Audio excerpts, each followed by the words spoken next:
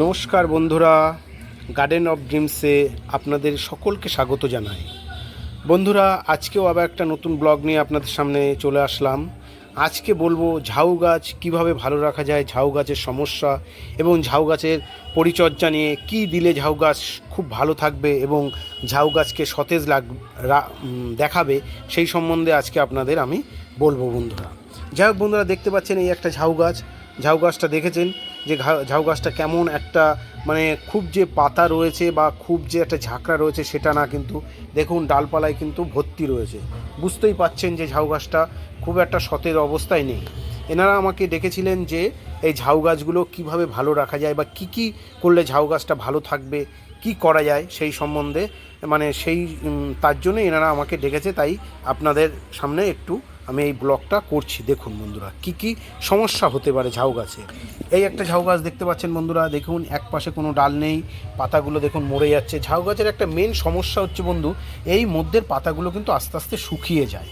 এই পাতাগুলো শুকিয়ে যায় এবং এই পাতা আস্তে আস্তে শুকাতে এরকম একটা ডাল শুকিয়ে যাবে, পরবর্তীতে এরকম একটা ডাল শুকিয়ে যাবে, পরে কিন্তু দেখা যাবে যে ঝাউ গাছটা আস্তে আস্তে মারা যাচ্ছে।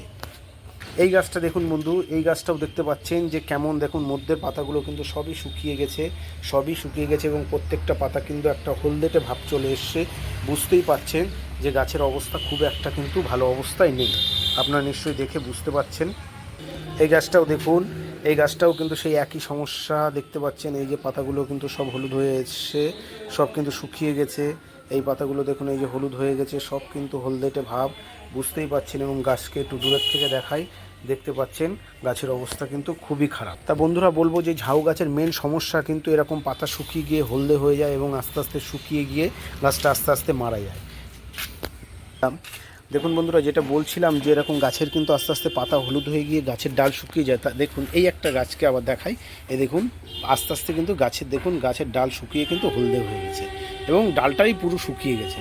তা বন্ধুরা কি করতে হবে, দেখুন এই যে গাছগুলো সেগুলো কিন্তু গাছে প্রচুর পরিমাণে কিন্তু শিকড় ভর্তি রয়েছে, গাছের গোড়ায় প্রচুর পরিমাণে শিকড় ভর্তি, বুঝতেই পাচ্ছেন পুরো শিকড়ে ভর্তি হয়ে রয়েছে, যার জন্যে এই দেখুন শিকড়ের চাপে ইভেন টপটাই কিন্তু ফেটে গেছে। বুঝতেই পাচ্ছেন প্রত্যেকটা গাছের গোড়ায় কিন্তু প্রচুর পরিমাণে শিকড়, এবং এই যে শিকড়গুলো দেখেন তুললেই বুঝতে পাবেন, এই দেখেন সবই কিন্তু শিকড়ে ভর্তি হয়ে গেছে। তার মানে দীর্ঘদিন এই গাছের গোড়া খোঁড়া হয় না এবং দীর্ঘদিন এতে মাটি চেঞ্জ করা হয় না এবং এতে পর্যাপ্ত পরিমাণে খাবারও কিন্তু দেওয়া হয় না। তা বন্ধুরা আমি বলি যে এতে কি সার দিতে হবে। বন্ধুরা এই যে গাছের প্রথম করতে হবে, এর অর্ধেকের বেশি মাটি এবং শিকড় সমেত কিন্তু কেটে ফেলে দিতে হবে। দিয়ে কি করতে হবে, এতে নতুন করে আবার মাটি দিতে হবে। তাহলে মাটির মধ্যে আপনারা কি দেবেন, মাটির মধ্যে দেবেন আপনারা গোবর সার, ভার্মি কম্পোস্ট এবং হালকা পরিমাণে আপনারা কিন্তু দিয়ে দেবেন এতে নিমখোল দিয়ে দেবেন। এইগুলো দিয়ে মাটিটাকে তৈরি করে এর অর্ধেক পরিমাণ চারিপাশ দিয়ে মাটি কেটে শিকড় সমেত কেটে আবার নতুন করে কিন্তু আপনাদের এখানে মাটি দিয়ে ভর্তি করে দিতে হবে। আর বন্ধুরা সর্ষের খোল ভিজিয়ে রাখবেন, একটা কোনো জায়গায় ভিজিয়ে রেখে 15 দিন অন্তর খুব পাতলা করে অল্প অল্প করে আপনারা কিন্তু গাছের গোড়ার চারপাশ দিয়ে দিতে পারেন। তাতে কি হবে, গাছের নতুন শিকড় বেরোবে এবং এই যে আপনারা যে গোবর সার দেবেন তার দরুন নতুন শিকড় বেরোবে এবং এই নতুন শিকড় যখন আস্তে আস্তে মাটিতে লেগে যাবে, নতুন মাটিতে যখন লেগে যাবে তখন গাছ অটোমেটিক্যালি আস্তে আস্তে তার পাতাগুলো আস্তে আস্তে সবুজ হয়ে যাবে এবং গাছ আস্তে আস্তে গ্রোথ নেবে।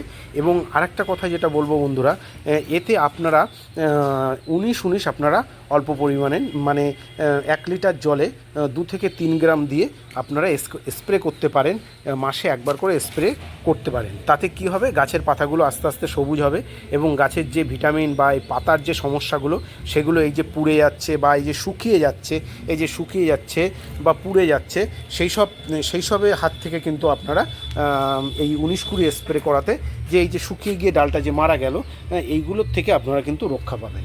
আর হচ্ছে 2 মাস অন্তর অল্প পরিমাণ শিংকুচি আপনারা দিতে পারেন। গাছের কিন্তু গোড়াতে দেবেন না, বারবার বলছি গাছের গোড়াতে দেবেন না, গাছের চারপাশ দিয়ে দেবেন এবং মাটিগুলো কেটে বাদ দিয়ে নতুন করে আবার মাটি দিতে হবে এবং এই গাছটা যেরকম একটু টবটা বড় দিতে হবে, গাছ অনুযায়ী টব আপনারা কিন্তু বড় দেবেন, ছোট গাছ থাকলে ছোট টব দেবেন এবং বড় এই যে এই গাছটা যেরকম 10 ইঞ্চির উপরে টব লাগবে, 12 ইঞ্চি হলে ভালো হয়।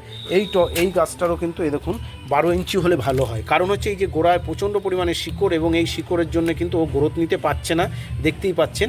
এতে 12 ইঞ্চি টব হলে এই গাছ আন্দাজে 12 ইঞ্চি টব হলে খুবই ভালো হয়। তা বন্ধুরা আজকে এই পর্যন্তই থাক। আপনাদের যদি কোনো কোশ্চেন থাকে বা আপনাদের কোনো কিছু যদি জানার থাকে তাহলে অবশ্যই আপনারা আমাকে জানাবেন, আমি আপনাদের SMS-এ রিপ্লাই দেবো। আর আমার চ্যানেলটা যদি আপনাদের ভালো লেগে থাকে অবশ্যই আপনারা সাবস্ক্রাইব করে বেল আইকনটা দাবিয়ে দেবেন।